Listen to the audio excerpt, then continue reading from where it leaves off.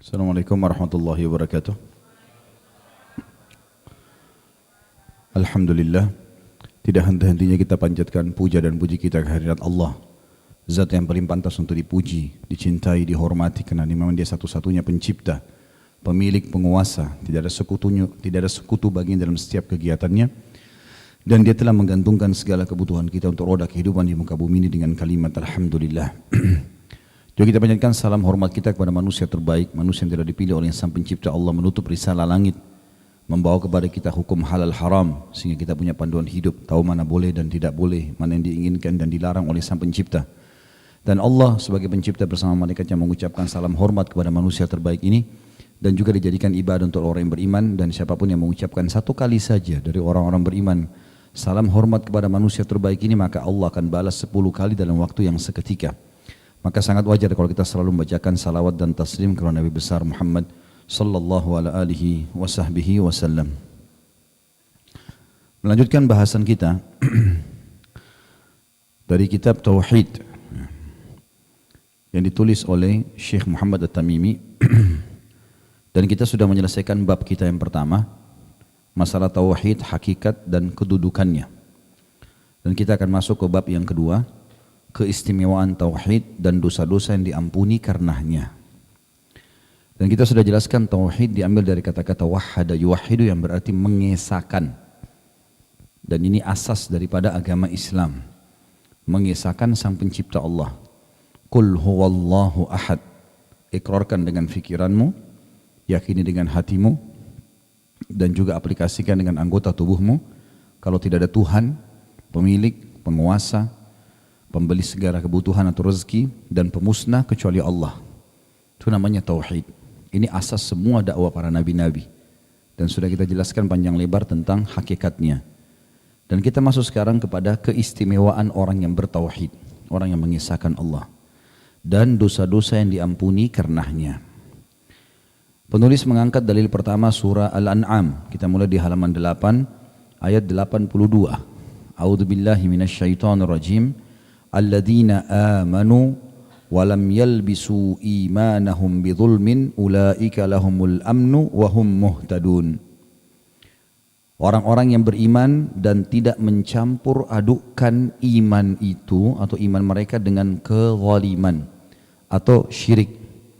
Mereka itulah orang-orang yang mendapat keamanan, dan mereka itu adalah orang-orang yang mendapat petunjuk. Saya akan rincikan ayat ini. Yang dimaksud dengan orang-orang beriman yang tidak mencampur adukkan iman mereka dengan syirik. Iman artinya tauhid.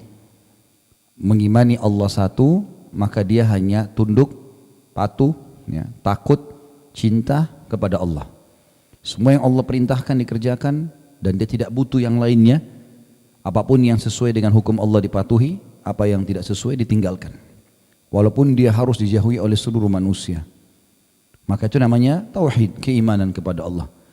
Dan syirik adalah mempartnerkan Allah dengan makhluknya. Seperti orang-orang musyrik Mekah.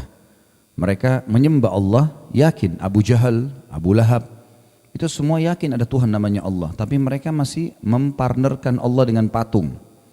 Patung itu didatangkan kemudian mereka partnerkan. Mereka juga minta sama patung, minta juga sama Allah. Maka ini syirik namanya, menyekutukan Allah. Seperti banyak di Indonesia orang mengatakan iyyaka na'budu wa iyyaka nasta'in. Hanya kepadamu kami menyembah, hanya kepadamu kami minta tolong. Tapi begitu selesai salam, dia pergi kuburan sebelah masjidnya minta-minta sama kuburannya. Mana komitmen tadi yang dia ucapkan? Di rumahnya penuh dengan buhul dan isim-isim. Penuh dengan surat-surat, kertas, keris, benda-benda yang diberikan oleh orang-orang yang dungu dan bodoh, jauh dari agama, yang biasa di Indonesia dikatakan dengan orang pintar. Maka ini merusak dirinya sendiri, merusak tauhid, dia syirik kepada Allah. Tidak dibolehkan. Dan sudah pernah saya jelaskan, Bapak Ibu sekalian, Aisyah radhiyallahu anha, istri Nabi SAW, di kamar tidurnya lah Rasulullah SAW dikubur. Dan ini ranjang Aisyah, di sebelahnya adalah kuburan Nabi SAW. Tidak pernah ada satu riwayat pun Aisyah mengatakan Rasulullah tadi malam datang temui saya, atau silahkan taruh air kalian di kuburan Nabi akan berkah, atau ambillah tanahnya, atau apa saja. Tidak pernah ada satupun riwayat masalah itu. Dan kalau Rasulullah SAW saja tidak begini, dan tidak pernah ada satupun riwayat sahabat datang mengusap-ngusap batu nisannya Nabi misalnya, atau meminta-minta pada Nabi di kuburan. Kalau Nabi saja nggak dikerjakan, bagaimana dengan orang lain? Bagaimana kalau hanya sekedar guru mengaji kita atau kiai? Kalau Rasulullah SAW saja tidak, bagaimana dengan yang lainnya? Ini syirik, menyekutukan Allah Subhanahu Wa Taala, tidak dibolehkan sama sekali. Ada juga fenomena syirik, mungkin akan ada babnya sendiri. Orang-orang yang kadang-kadang mempartnerkan Allah tapi dia tidak sadar. Seperti pernah kasus di Makassar waktu itu, saya diingatkan atau disampaikan oleh seorang pengusaha kayu yang sering bawa kayu-kayu dari Kalimantan. Dia bilang, Ustaz, di pelabuhan di sini di kota Makassar, sering kali kalau ada pengusaha baru mau luncurkan kapal barunya, maka dia sembeli kambing. Kambingnya bukan dibagiin ke anak yatim, makanin orang susah, bukan, disembeli dilempar di laut. Untuk apa, saya tanya? Supaya kapalnya tidak diganggu oleh penjaga laut. Ini syirik ini. Gimana caranya? Lautan, langit, air, udara, batu, segala macam ciptaannya Allah. Tidak pernah ada seperti ini. Yang menjaga lautan malaikat, yang menjaga langit malaikat, yang mengutus, yang mengerjakan semua pekerjaan ini, mengatur kadar air, kadar udara, malaikat yang diperintahkan oleh Allah Subhanahu Wa Taala. Syaitan-syaitan yang coba menyesatkan manusia dari pemahaman seperti itu. Ini bahaya sekali. Saya juga kemarin lewat di Jakarta, saya baru tahu kalau orang punya keyakinan, sebagian orang, semoga dikasih hidayah, itu setiap lewat terowongan pasti mereka bunyiin klakson.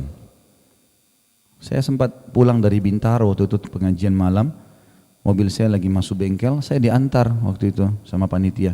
Pas lewat terowongan lagi macet total, tiba-tiba klakson rame bunyi. Saya bilang, tidak sengaja, saya cuma bilang, orang-orang ini kenapa nggak sabar ya? Toh di depan kelihatan memang macet panjang sekali, nggak mungkin klakson ini tidak berpengaruh ke sana. Ternyata yang bawa mobil bilang, Ustaz nggak tahu. Saya bilang, kenapa? Ini syirik nggak Ustaz? Apa syirik ini? Apa masalahnya? Dia bilang, orang-orang ini klakson bukan karena macet, tapi karena berkeyakinan kalau lewat terowongan harus bunyiin klakson supaya penjaga terowongan tidak ganggu mobilnya. Hah?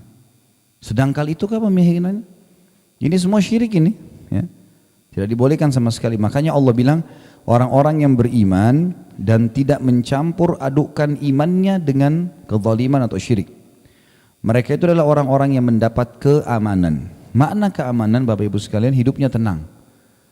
Makin murni tauhid kita, makin kita mentauhidkan Allah, mengisahkan Allah, tunduk hanya pada hukumnya, ya, patuh pada perintahnya, maka makin tenang hidup itu. Orang makin bertauhid, hidupnya makin tenang, karena dia tidak akan bergantung kecuali kepada Allah. Apapun di hadapan dia, semua makhluknya Allah. Dia sakit, yang ciptakan dia Allah. Yang ciptakan penyakitnya Allah. Yang ciptakan kesembuhannya Allah.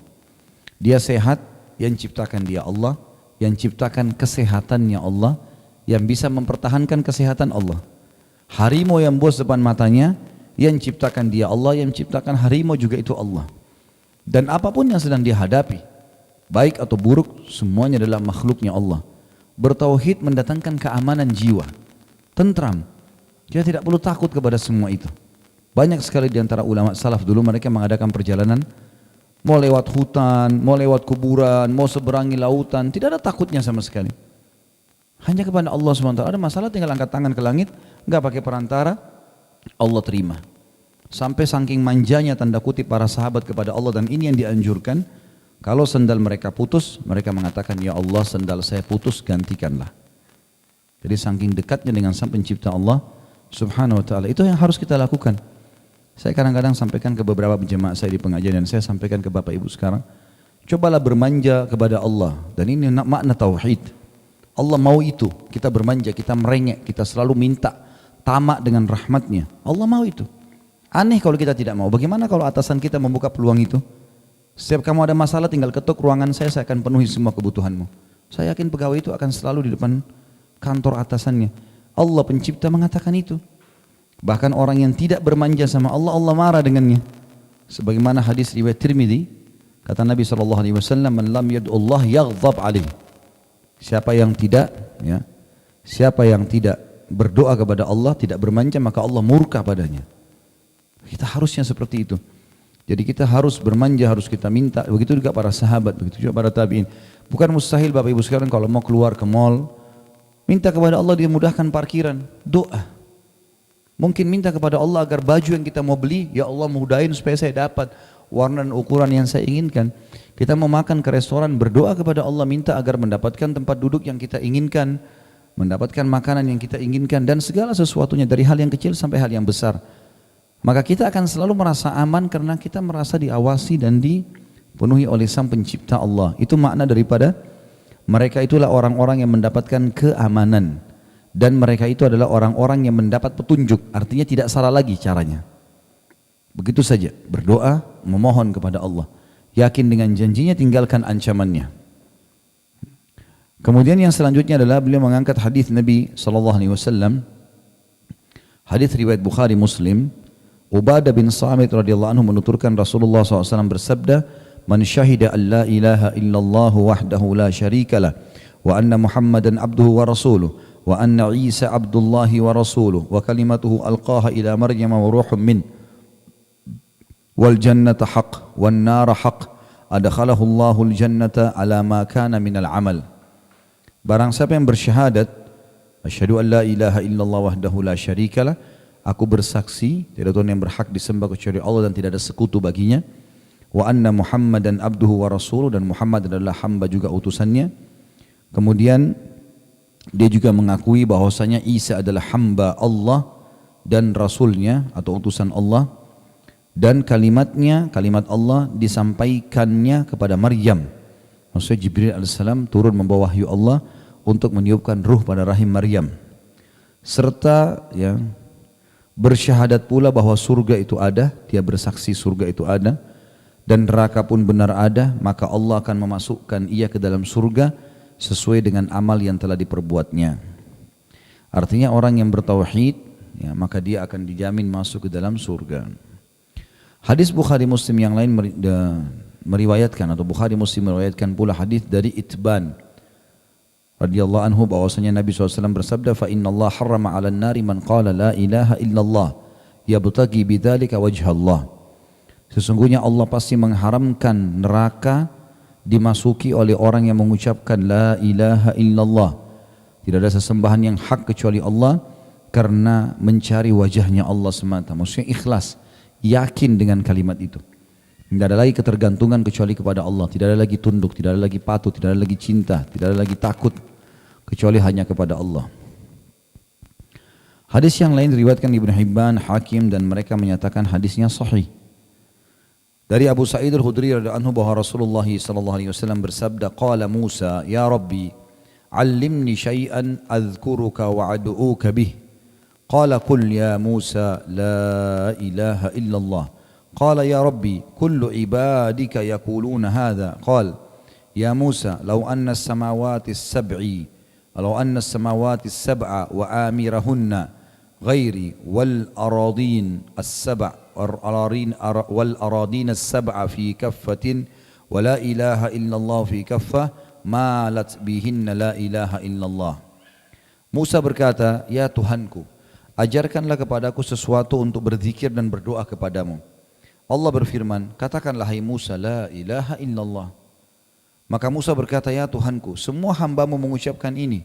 Allah pun berfirman, hai Musa, andai kata ketujuh langit dan penghuninya selain aku, maksudnya selain Allah, dan ketujuh lapis bumi diletakkan pada daun timbangan, sedangkan la ilaha illallah diletakkan pada daun timbangan yang lain, niscaya la ilaha illallah lebih berat timbangannya.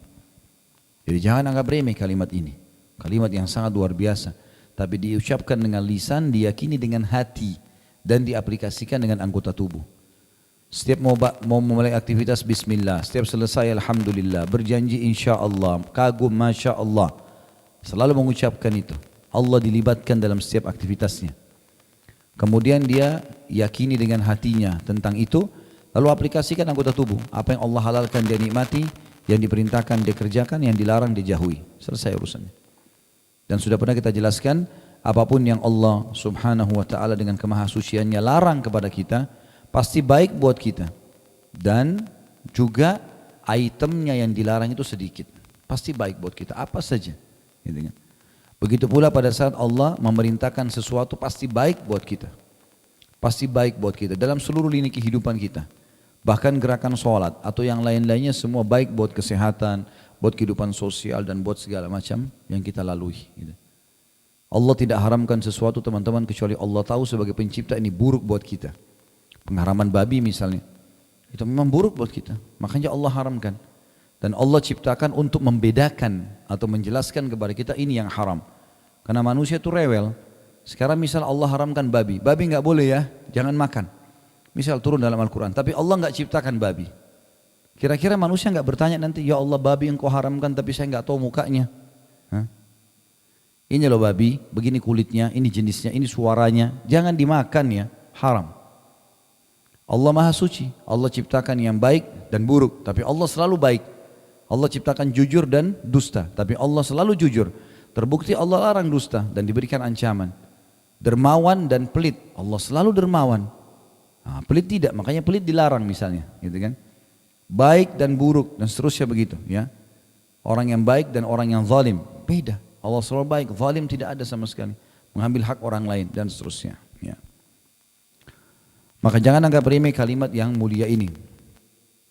At-Tirmidzi meriwayatkan hadis yang dinyatakan dengan sanad hasan dari Anas radhiyallahu anhu, aku mendengarkan Rasulullah sallallahu alaihi wasallam bersabda, qala Allah taala, ya ibna Adam, law ataitani bi qurabil ardi khataaya thumma lakitani la tusyriku bi syai'a la ataituka bi qurabiha maghfirah. Allah taala berfirman, hai anak Adam, seandainya kamu datang kepadaku dengan dosa sepenuh jagat, sedangkan kamu ketika mati berada dalam keadaan tidak berbuat syirik sedikit pun kepadaku, niscaya akan aku berikan ampunan sepenuh jagat itu juga. Artinya selain dosa syirik, Allah subhanahu wa ta'ala dan kufur, Allah masih bisa maafkan. Tapi yang dosa-dosa ini tidak dibolehkan sama sekali. Kandungan bab ini kata beliau, yang pertama luasnya karunia Allah. Jadi Allah subhanahu wa ta'ala dengan menggantungkan semuanya dengan kalimat tauhid ini. Karunia-Nya Allah berarti luas sekali. Yang kedua, banyaknya pahala tauhid di sisi Allah. Sampai ada pengampunan dosa dan juga jaminan masuk ke dalam surga. Yang ketiga, selain itu tauhid menghapuskan dosa-dosa sebagaimana sudah kita sebutkan tadi. Yang keempat, tafsir ayat dalam surah Al-An'am, ya. Tadi sudah kita sebutkan Al-An'am 82, artinya diberikan keamanan. Yang kelima, perhatikan kelima masalah yang tersebut dalam hadis Ubadah. Jadi hadis Ubadah bin Samit dari disebutkan, siapa yang mengucapkan syahadat, siapa yang mengikrarkan Isa adalah juga hamba Allah, siapa yang mengakui surga itu benar, neraka benar, maka pasti Allah akan masukkan ia ke dalam surga. Yang kelima, apabila anda mempertemukan antara hadis Ubadah, hadis Itban tadi hadisnya adalah tentang masalah sesungguhnya Allah mengharamkan kepada neraka siapapun yang mengucapkan la ilaha illallah ikhlas karena Allah. Siapa yang mempertemukan atau memperhatikan hadis Ubadah dan hadis Itban dan hadis sesudahnya, akan jelas bagi anda pengertian kalimat la ilaha illallah dan akan jelas bagi anda kesalahan orang-orang yang tersesat karena hawa nafsunya. Yang ketujuh, perlu diingat persyaratan yang dinyatakan di dalam hadis Itban, yaitu ikhlas semata-mata karena Allah dan tidak mempersekutukannya. Jadi jangan sampai kita cuma ucapkan dengan lisan la ilaha illallah, tapi ternyata perilaku kita jauh dari itu semua.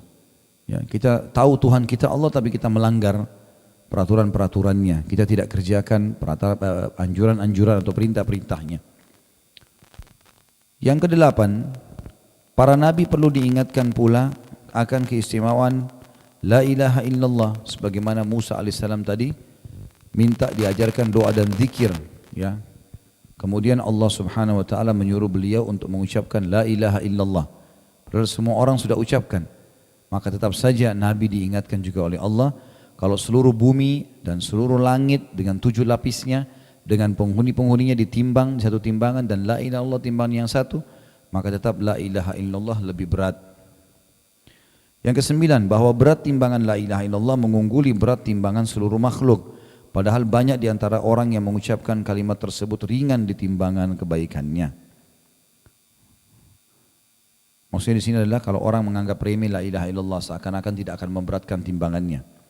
Yang ke-10, dinyatakan bahwa bumi itu 7 lapis seperti halnya langit. Nah, ini berarti menandakan seperti apa yang kita imani, langit 7 lapis dan bumi 7 lapis. Ya. Yang ke-11, langit dan bumi ada penghuninya. Ini juga sudah disebutkan dari dalam hadis. Yang ke-12, menetapkan sifat-sifat Allah berbeda dengan pendapat Asy'ariyah. Kita baca footnote nomor 10 dulu. Siapa kelompok Asy'ari? Asy'ari adalah salah satu aliran teologis pengikut Syekh Abul Hasan Ali bin Ismail al-Asy'ari yang hidup tahun 260 sampai 324 Hijriah atau 874 sampai 936 Masehi. Dan maksud penulis ini ialah menetapkan sifat-sifat Allah sebagaimana disebutkan dalam Al-Quran maupun Sunnah. Termasuk sifat yang ditetapkan ialah kebenaran adanya wajah Allah bagi Allah, mengikuti cara yang diamalkan kaum salafus saleh dalam masalah ini, yaitu mengimani kebenaran sifat-sifat Allah yang dituturkan oleh Al-Quran dan Sunnah tanpa tahrif, tanpa harus dialihkan maknanya, interpretasikan, tanpa ta'til. Ta'til itu membatalkan. Yang pegang bukunya silakan ditulis ya keterangan itu. Itu bahasa Arab soalnya ditulis. Tanpa tahrif, tahrif artinya penginterpretasian ya, pengalihan makna. Tanpa ta'til, ta'til itu berarti menolak ya. Tanpa takyif, takyif itu tentang bagaimananya, tata caranya. Dan tanpa tamthil, tamthil artinya menyerupakan dengan makhluk. Jadi misal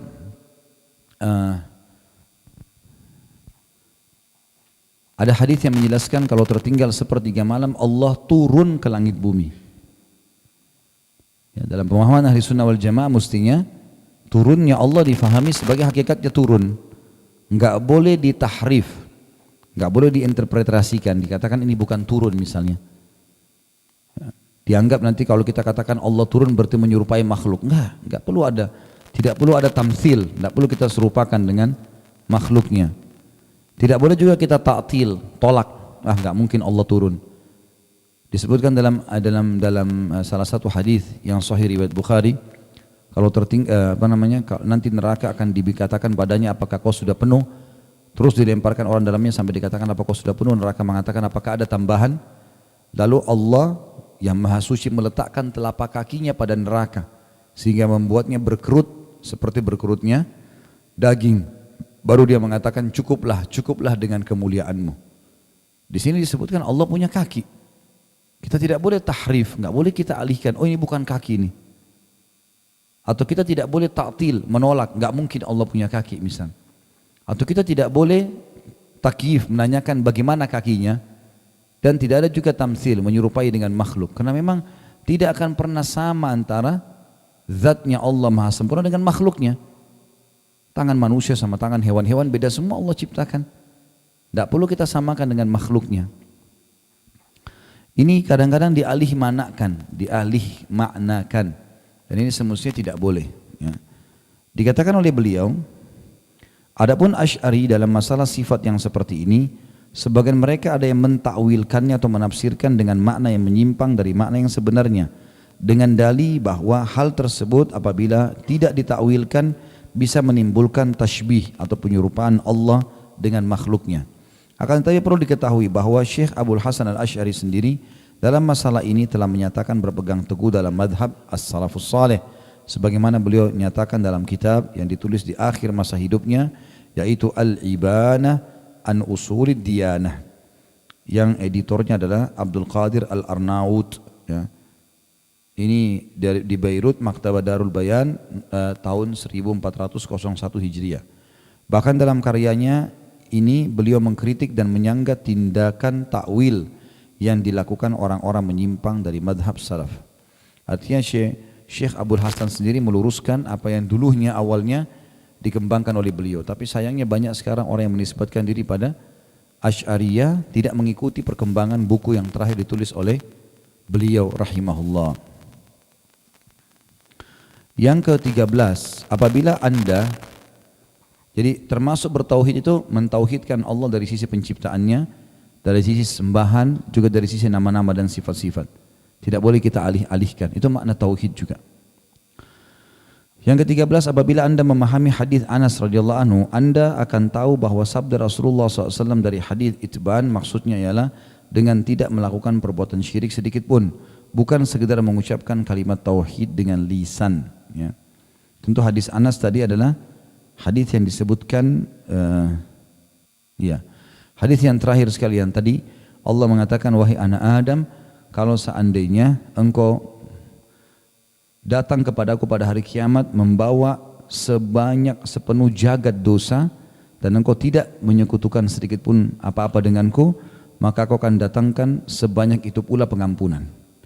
Artinya kalau kita faham hadis Anas bin Malik ini radhiyallahu anhu, kalau dipertemukan dengan hadis itban, hadis sebelumnya yang kalimat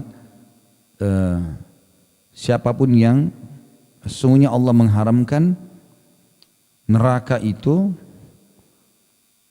atas orang yang mengucapkan la ilaha illallah ikhlas karena wajahnya. Kata beliau, apabila anda memahami hadis Anas radhiyallahu anhu, anda akan tahu bahwa sabda Rasulullah SAW dalam hadis itban maksudnya ialah dengan tidak melakukan perbuatan syirik sedikit pun, bukan sekedar mengucapkan kalimat tauhid dengan lisan saja. Jadi tidak cukup dengan la ilaha illallah, tapi aplikasi dengan anggota tubuh dalam kehidupan sehari-hari.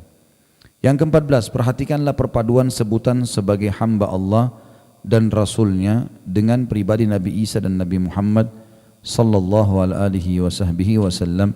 Di dalam hadis tadi dikatakan, siapa yang mengucapkan tidak ada Tuhan yang berhak disembah kecuali Allah dan tidak ada sekutu baginya, dan Muhammad benar-benar hamba juga utusannya, dan Isa juga hamba Allah dan utusannya. Kalau kita faham ini, berarti salah satu pemahaman agama kita harus sebagai seorang muslim mengakui risalah Nabi Isa alaihissalam. Tidak boleh kita katakan Isa bukan Nabi atau Rasul, kafir. Atau Injil tidak pernah turun, ini juga tidak boleh. Kita harus yakini ada Nabi Isa alaihissalam, ada Nabi Musa alaihissalam. Dan rukun iman kita yang keempat mengimani Rasul-Rasul, gitu kan. Kitab juga sama, rukun Islam yang ketiga. Beriman kepada kitab-kitab, Taurat pernah turun, Injil pernah turun, Zabur pernah turun, ya. Kemudian Quran juga turun. Tetapi yang kita terapkan adalah syariat hukum yang terakhir atau Al-Quran. Yang ke-15, mengetahui keistimewaan Nabi Isa sebagai kalimat Allah. Maksudnya Allah subhanahu wa ta'ala. Kita lihat footnote nomor 11 ya. Kalimat Allah maksudnya adalah bahwa Nabi Isa alaihissalam diciptakan Allah dengan firman-Nya kun, jadilah. Yang disampaikan kepada Maryam melalui Jibril alaihissalam atau malaikat Jibril. Di pada saat itu Jibril alaihissalam meniupkan ruh dan dengan izin Allah terjadilah atau lahirlah Isa alaihissalam. Kemudian yang ke-17, yang ke-16, mengetahui Nabi Isa adalah ruh di antara ruh-ruh yang diciptakan oleh Allah. Jadi Isa bukan Tuhan. Karena termasuk hal yang dihardik oleh Allah dari orang-orang Nasrani, mereka mengatakan Isa adalah anak Tuhan. Dan itu telah kufur, nggak boleh sama sekali. Itu sudah pernah kita jelaskan, tentu ada dalam Al-Maidah ayat 73. Ya.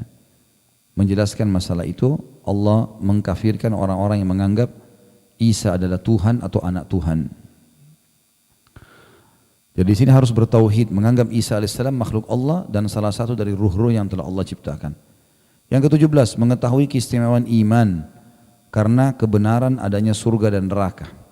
Kata ada perkataan dalam hadis setelah mengatakan siapa yang mengucapkan la ilaha illallah wahdahu la syarikalah, asyhadu an la ilaha illallah wahdahu la syarikalah wa asyhadu anna Muhammadan abduhu wa rasuluh wa anna Isa abdullahi wa rasulih wa kalimatu alqa ila Maryam ruhun min wal jannatu haqq, dan surga benar, wan naru haqq, dan neraka juga benar. Ini imannya ahli sunnah wal jamaah. Kita harus yakin itu. Kalau surga sudah ada, neraka sudah ada. Dan dalam kehidupan kita sehari-hari ada interaksi antara kita dengan surga dan ada interaksi sama neraka. Di antaranya dalam hadis yang sahih kata Nabi SAW, siapapun yang memohon kepada Allah dalam sehari 7 kali, riwayat lain 3 kali, mohon kepada Allah agar dimasukkan ke dalam surga, maka surga akan berkata, ya Allah, hamba-Mu fulan telah memohon masuk ke dalamku, maka masukkanlah ia ke dalamku. Langsung surga jawab pada saat itu. Dan neraka, pada saat seseorang mengucapkan 7 kali berlindung dalam sehari atau 3 hari dalam riwayat lain, berlindung dari api neraka, maka neraka akan berkata, ya Allah, hamba-Mu fulan telah berlindung dariku, maka selamatkan dia dariku. Dan surga dan neraka sudah ada, sebagaimana kita tahu juga hadis Jibril alaihissalam Yang kata Nabi SAW pada saat Allah menciptakan surga, sebelum menciptakan manusia jauh. Gitu kan. Maka Allah menyuruh Jibril untuk datang melihat surga itu. Sambil berfirman, hai Jibril pergilah lihat surga, apa yang aku siapkan buat hamba-hambaku dan berikan pendapatmu. Dia pun pergi lalu dia pulang. Lalu dia mengatakan, ya Allah tidak ada seorang hambamu pun yang dengar, tidak usah lihat, dengar saja. Kecuali dia akan berharap masuk ke dalamnya. Lalu kata Nabi SAW, Allah berfirman, hai Jibril pergilah lihat neraka yang aku ciptakan untuk hamba-hambaku yang membangkang. Lalu kemudian pergilah Jibril AS sana. Kembali lagi lalu dia mengatakan, ya Allah aku tidak menyangka ada hambamu yang bisa selamat darinya. Dengar saja kecuali dia berusaha menyelamatkan diri. Apalagi kalau sudah sampai melihatnya. Lalu Allah yang Maha Suci dan Maha Purna menyelimuti surga dengan hal-hal yang tidak disukai dan neraka dengan hal-hal yang disukai. Maka Jibril suruh lihat lagi. Setelah dia kembali lihat surga dan neraka, dia mengatakan, ya Allah tentang surga, saya tidak menyangka ada hamba-Mu yang bisa masuk ke dalamnya. Karena harus bangun sholat malam, harus jujur, amanah dan seterusnya. Dan saya tidak menyangka ada hamba-Mu yang lolos dari neraka. Jadi akan masuk. Karena diselimuti dengan hawa nafsu. Tapi surga neraka itu ada. Ada, gitu kan. Dan banyak sekali hadis yang berhubungan dengan masalah itu. Sampai kata Nabi SAW, surga merindukan 3 orang, Ali, ya, kemudian Bilal, dan juga satu lagi kalau tidak salah Abu Hudzaifah, ya. Saya lupa subhanallah sahabat yang ketiga, Ammar. Surga merindukan Ali, Ammar dan Bilal. Ya. Ini hadis berarti surga sudah merindukan. Kita juga tahu pada saat Hamzah dan para sahabat Nabi mati syahid di perang Uhud. Maka Nabi SAW mengatakan, ruh-ruh saudara kalian ini yang sedang mati syahid di perang Uhud, sekarang ruhnya sedang keliling-keliling di surga. Ya, lagi keliling di surga. Dan mereka bisa masuk, keluar masuk semaunya. Tapi belum tinggal abadi. Mereka cuma masuk. Dan mereka berada di perut, ya, burung berwarna hijau yang memiliki rentera-rentera di singgasana Allah. Lalu Allah bertanya kepada mereka, apakah kalian sudah puas dengan apa yang saya berikan? Mereka mengatakan, ya Allah, apalagi yang kami inginkan setelah Engkau membuat ruh-ruh kami bisa masuk luar-lalang ke surga semau kami. Maka kata Nabi SAW, Allah bertanya lagi 2 kali, 3 kali. Sampai akhirnya mereka menganggap harus minta karena Allah mendesak mereka untuk minta. Maka mereka mengatakan, ya Allah tidak ada nikmat yang kami inginkan kecuali Engkau hidupkan lagi kembali kami, kembalikan ruh kami ke jasad kami, lalu kami berperang lagi dan kami mati lagi. Surga sudah ada, neraka sudah ada. Nah meyakini kedua ini, ya, surga ada, neraka ada, ini adalah bagian daripada tauhid. Ya. Sebagaimana diketahui di sini poin 17, mengetahui keistimewaan iman kepada keberadaan adanya surga dan neraka. Surga akan memotivasi kita selalu rajin ibadah, neraka akan membuat kita hati-hati dan khawatir terjerumus dalam pelanggaran. Yang ke-18, mengetahui sabda Rasulullah SAW sesuai dengan amal yang telah diperbuatnya. Maksudnya nanti fungsi daripada amal saleh kita untuk menentukan derajat di surga. Ya, jadi akan beda orang yang 50 tahun sholat malam, 50 tahun ibadah, sudah lama dia beribadah dengan orang baru tobat 2 tahun yang lalu. Kadar amalnya ada masing-masing, gitu kan. Maka tentu berbeda orang yang sudah senior dalam ibadah. Ya, itu akan banyak sekali pahala yang didapatkan. Tapi tidak ada kata terlambat. Tetap kita berusaha beramal. Ya. Kemudian yang ke-19, mengetahui bahwa timbangan mempunyai 2 daun.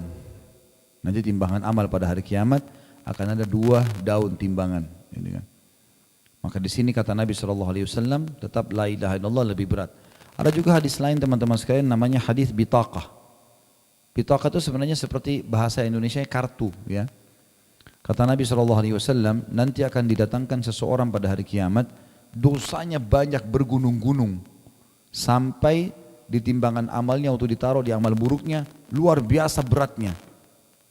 Sampai-sampai dia mengira tidak ada lagi amal saleh yang bisa mengalahkan itu. Amal solehnya sedikit, ditaruh di timbangan amal soleh, amal buruknya berat sekali. Ya, berat sekali, nggak mungkin. Dia sudah tahu dia masuk neraka. Allah berfirman kepadanya, apakah masih ada amalmu bisa selamatkan kau dari dosa sebanyak ini? Dia bilang tidak ada lagi ya Allah. Amal apa lagi? Ini amal saya sudah ditaruh semua, ini amal buruk saya banyak sekali. Pasrah masuk neraka.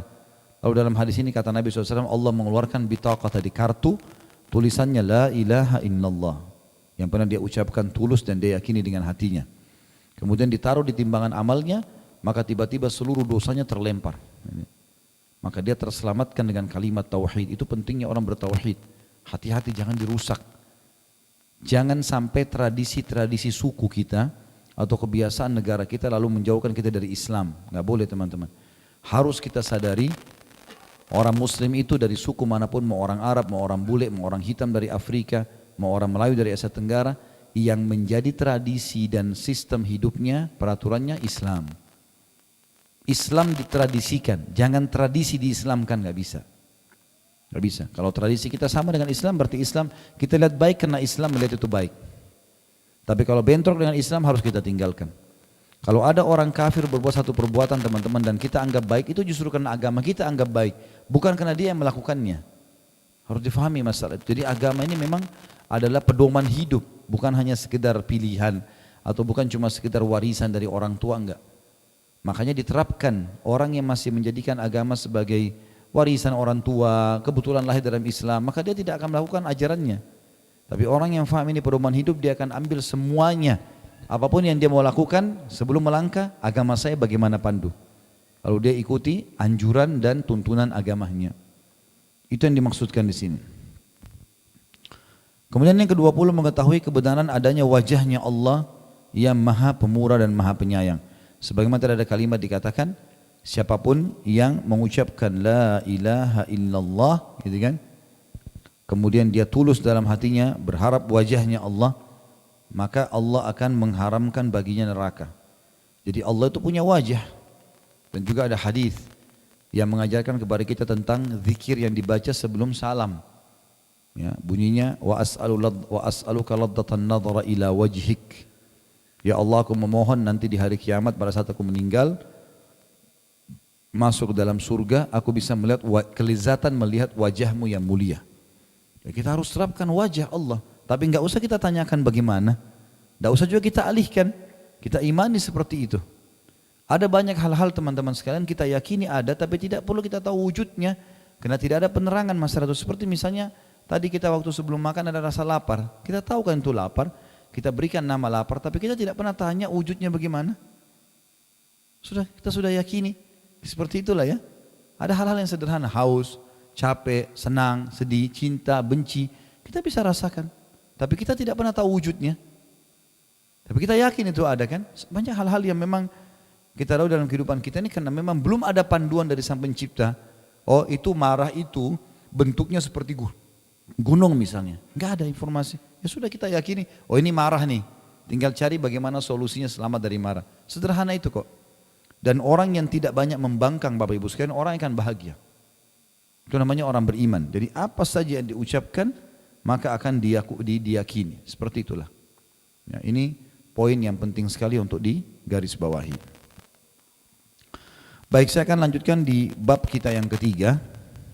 Barang siapa mengamalkan tauhid dengan semurni-murninya pasti masuk surga tanpa hisab.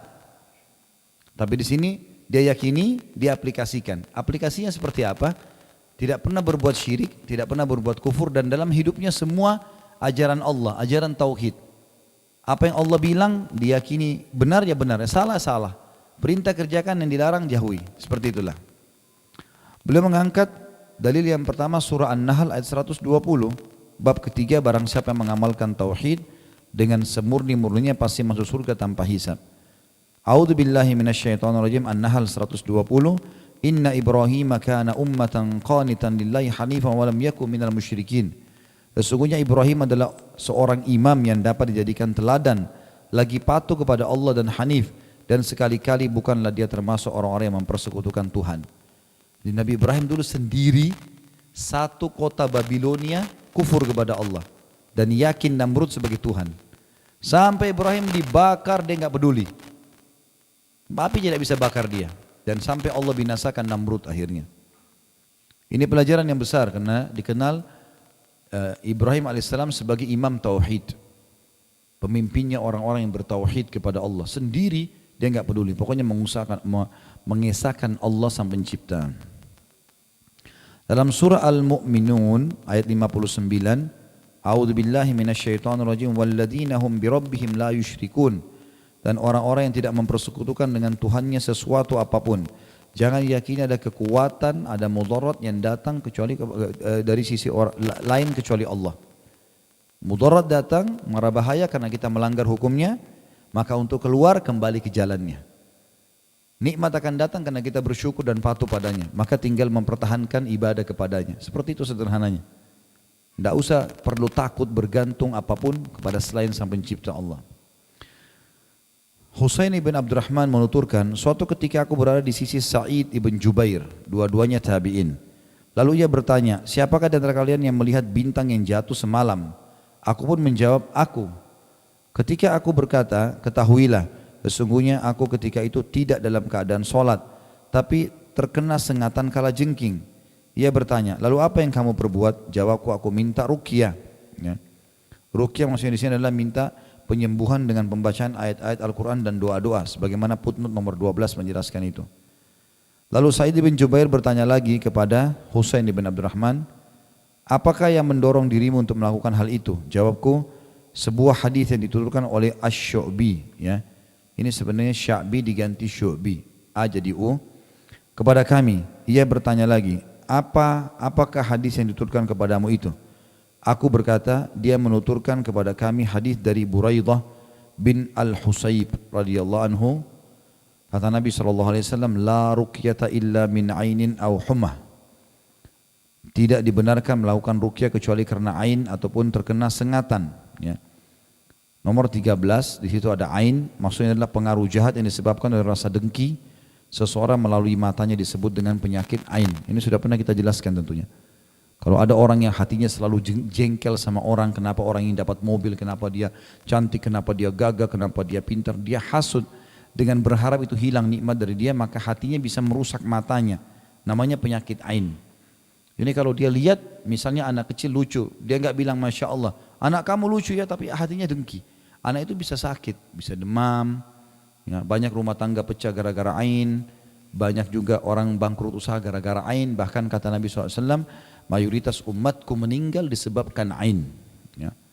Orang hasutnya orang gitu. Maka orang kalau takut ain ataupun kena sengatan, riwayat lain juga sihir, dia ruqyah.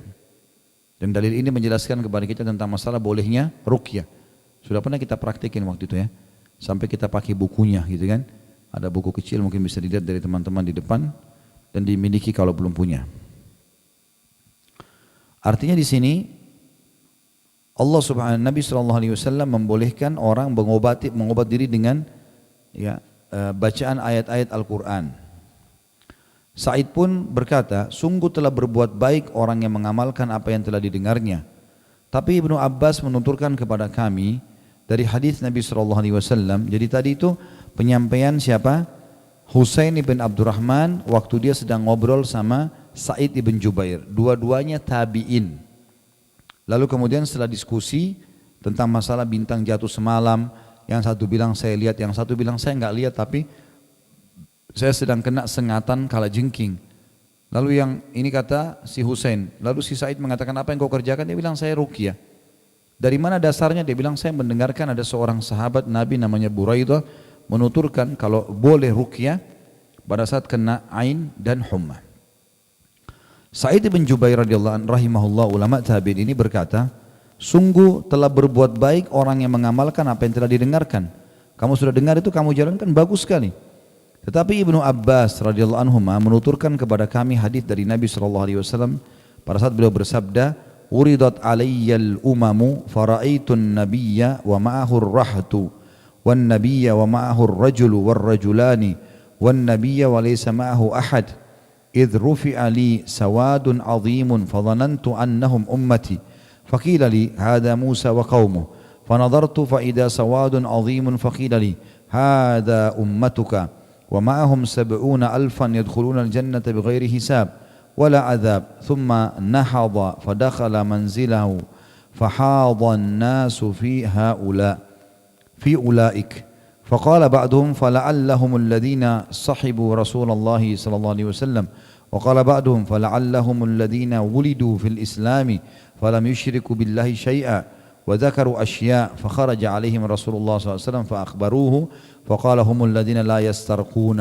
ولا يكتوون ولا يتطيرون wa 'ala rabbihim yatawakkalun faqama Ukashatu bin Mihsan faqala ud'u Allah an yaj'alani minhum qala anta minhum thumma qala rajulun akhar qala ud'u Allah an yaj'alani minhum faqala sabaqaka biha Ukasha. Telah dipertunjukkan kepadaku umat-umat, kata Nabi SAW, aku sempat melihat seorang nabi nanti hari kiamat, maksudnya kalau dibangkitkan, bersamanya beberapa orang pengikutnya saja, sedikit sekali pengikutnya. Ada seorang nabi yang hanya diikuti oleh 1 atau 2 orang saja, dan ada seorang nabi yang tidak ada pengikutnya sama sekali. Tiba-tiba ditampakkan kepadaku sekumpulan orang yang sangat banyak, berjumlah besar. Aku pun mengira bahwa mereka adalah umatku, tapi dikatakan kepadaku itu adalah Musa bersama kaumnya. Lalu tiba-tiba aku melihat lagi suatu kumpulan orang yang berjumlah banyak pula. Maka dikatakan kepadaku ini adalah umatmu. Dan bersama mereka ada 70.000 orang yang masuk surga tanpa hisab dan tanpa adab. Kemudian bangkitlah beliau dan segera memasuki rumahnya. Maksudnya Nabi SAW setelah menyampaikan itu lalu beliau masuk ke dalam rumahnya. Maka orang-orang atau para sahabat memperbincangkan tentang siapakah mereka itu yang 70.000 masuk surga tanpa hisab. Ada di antara mereka yang berkata, mungkin saja mereka itu yang telah menjadi sahabat Rasulullah SAW. Ada lagi yang berkata, mungkin saja mereka adalah orang-orang yang dilahirkan dalam lingkungan Islam sehingga mereka tidak pernah berbuat syirik sedikit pun kepada Allah. Ada juga yang menyebutkan lagi beberapa perkara yang lainnya. Ketika Rasulullah SAW keluar kembali ke masjid, mereka memberitahukan hal tersebut kepada beliau. Maka beliau bersabda, mereka itu adalah orang-orang yang tidak minta diruqyah, tidak meminta supaya lukanya ditempel dengan besi yang dipanaskan, tidak pula bertatayyur. Nanti kita jelaskan semua ini ya. Dan mereka pun bertawakal kepada Tuhan mereka. Maka berdirilah Ukasha bin Mihsan berkata, seorang sahabat Nabi radhiyallahu anhu, mohonlah kepada Allah wahai utusan Allah agar aku termasuk golongan 70.000 yang masuk surga tanpa hisab itu. Maka beliau menjawab, kamu termasuk golongan itu. Kemudian berdirilah salah seorang yang lain dan berkata, mohonlah kepada Allah, ya wahai utusan Allah agar aku juga termasuk dari golongan 70.000 itu. Maka beliau menjawab, kamu telah didahului oleh Ukasha. Maksudnya sahabat yang minta sebelumnya. Yang perlu kita garis bawahi adalah sabda Nabi SAW, mereka yang tidak minta ruqyah. Dan ruqyah di sini sudah pernah kita jelaskan adalah makna secara etimologi. Minta dimantra-mantrahin. Besi yang panas, ada pengobatan Nabi yang Nabi katakan jadikanlah kai pengobatan terakhir. Jadi kalau orang betul-betul terakhir sekali luka, maka dipanasin besi lalu ditempelkan di lukanya. Ini pernah Nabi SAW melakukan kepada sahabat Nabi Sa'ad bin Mu'adz radhiyallahu anhu waktu beliau kena panah dan dadahnya mengeluarkan darah yang banyak. Maka dikai oleh Nabi SAW. Tapi ini Nabi anjurkan untuk tidak dilakukan dan ini dijadikan pengobatan terakhir. Dan tidak bertatayur, dan tatayur bisa dilihat footnote nomor 14, merasa pesimis, merasa bernasib sial atau meramal nasib buruk karena melihat burung, binatang lainnya atau apa saja. Ini saya sudah pernah jelaskan, kayak di Indonesia tangan kanannya gatal mau dapat keluar duit, tangan kiri mau dapat duit. Ini tatayur, bohong, dusta. Kebetulan urat saraf tangannya bermasalah. Kalau setiap tangan kiri gatal mau dapat duit, gatalkan saja tiap hari ya. Kalau kedap-kedip kelopak matanya atas mau senang, kalau bawah mau sedih. Ini khurafat semua, nggak boleh. Harus murnikan tauhid, nggak ada hubungannya. Urat sarafnya lagi, matanya lagi capek, tidur hilang itu kedap-kedipnya. Begitu pula Allahu alam kalau kuping, kalau alis, kalau apalah segala macam. Ini banyak sekali khurafat atau melihat benda tertentu. Ya, seperti biasa saya pernah dengar waktu saya masih kecil di Makassar katanya kalau ada cecak berarti ada orang yang dengar pembicaraan. Gitu. Dari mana ini semua? Nggak benar. Saya setelah belajar saya bilang ini khurafat semua, dari mana ini? Apa hubungannya cecak lagi berbicara sama temannya? Nggak ada hubungannya sama kita sama sekali. Ya.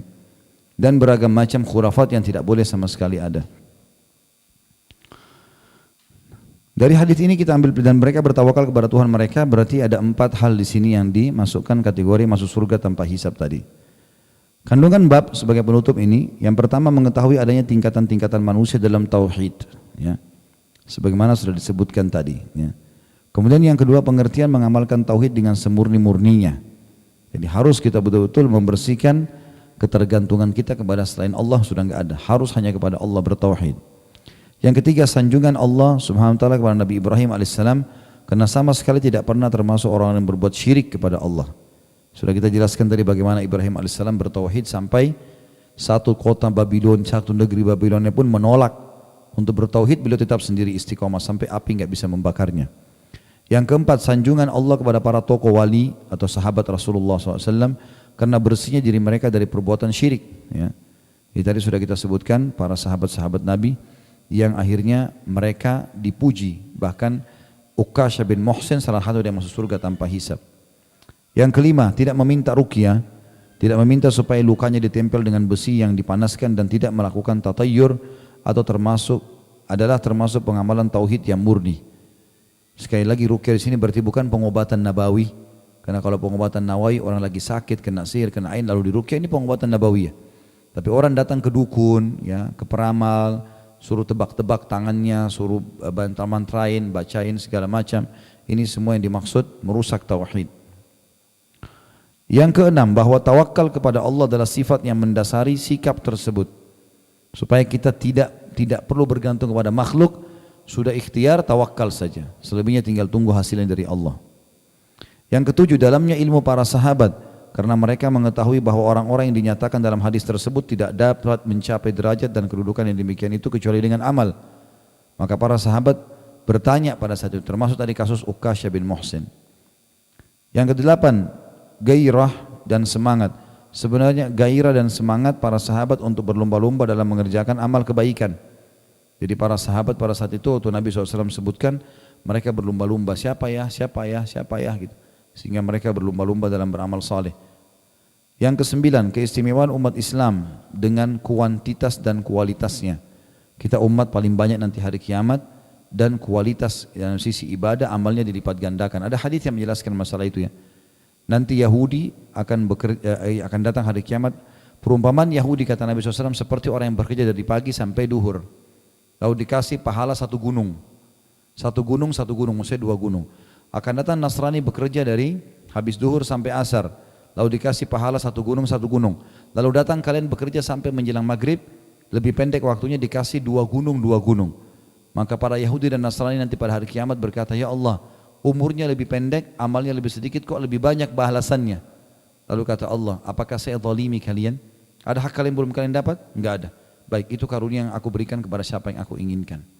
Makanya dikatakan di sini keistimewaan umat Islam dalam sisi kuantitas, jumlahnya kita nanti paling besar hari kiamat, dan kualitas amal ibadahnya sedikit tapi kualitasnya itu dilipat gandakan balasannya. Tentu ada juga hadis yang berbunyi, ya, saya berharap kata Nabi SAW atau Allah sudah berikan kepada saya, kalau kalian akan menjadi 3/4 penghuni surga.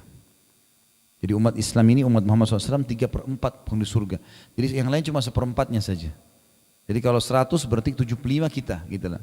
Umat Islam ini secara kuantitas. Yang ke-10, keutamaan pengikut Nabi Musa alaihissalam yang beriman di zaman beliau.